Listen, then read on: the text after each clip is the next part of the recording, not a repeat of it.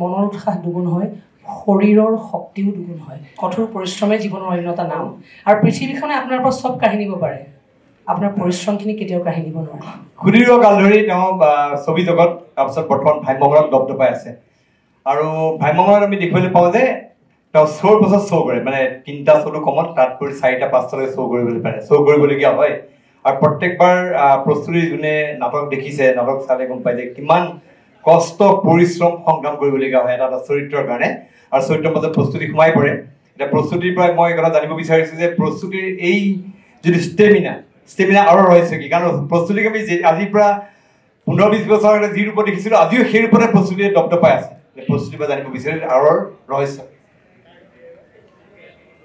আৰু যাতে প্ৰণয়দা পিছ দুছুমান দেখা পায় তেনেকৈ, সেইটোৱেই ঈশ্বৰৰ ওচৰত প্ৰাৰ্থনা জনাব।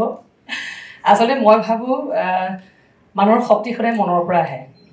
আৰু প্ৰত্যেকজন মানুহে জীৱনলৈ পৰিশ্ৰম কৰিবলগীয়া আহে। কঠোৰ পৰিশ্ৰমে জীৱনৰ অন্যতা নাম। মোৰ কিন্তু জীৱনৰ লক্ষ্যই হৈছে সেইটো। যিয়ে নকৰোঁ কিয় আমি কঠোৰ পৰিশ্ৰমেৰে যেতিয়া কৰোঁ, আৰু পৃথিৱীখনে আপোনাৰ পৰা চব কাঢ়ি নিব পাৰে, আপোনাৰ পৰিশ্ৰমখিনি কেতিয়াও কাঢ়ি নিব নোৱাৰে, আপোনাৰ শক্তিখিনি কেতিয়াও কাঢ়ি নিব নোৱাৰে। গতিকে সেই পৰিশ্ৰমেৰে যদি আমি কাম কৰি যাওঁ, মনৰ উৎসাহ দুগুণ হয়, শৰীৰৰ শক্তিও দুগুণ হয়। আৰু সেই পৰিশ্ৰমখিনিৰ সেই নিষ্ঠাৰে, সেই সততাৰে সদায় কাম কৰি থাকিবলৈ চেষ্টা কৰি আহিছোঁ। আৰু সেইটোৱে চাগে আজি এই 20 বছৰ 25 বছৰ বা অনাগত ঈশ্বৰে যদি লৈ যায় আৰু 30 বছৰ যদি কাম কৰি থাকিব পাৰোঁ, সেই পৰিশ্ৰমেই মূল মন্ত্ৰ হৈ থাকিব। ধন্যবাদ।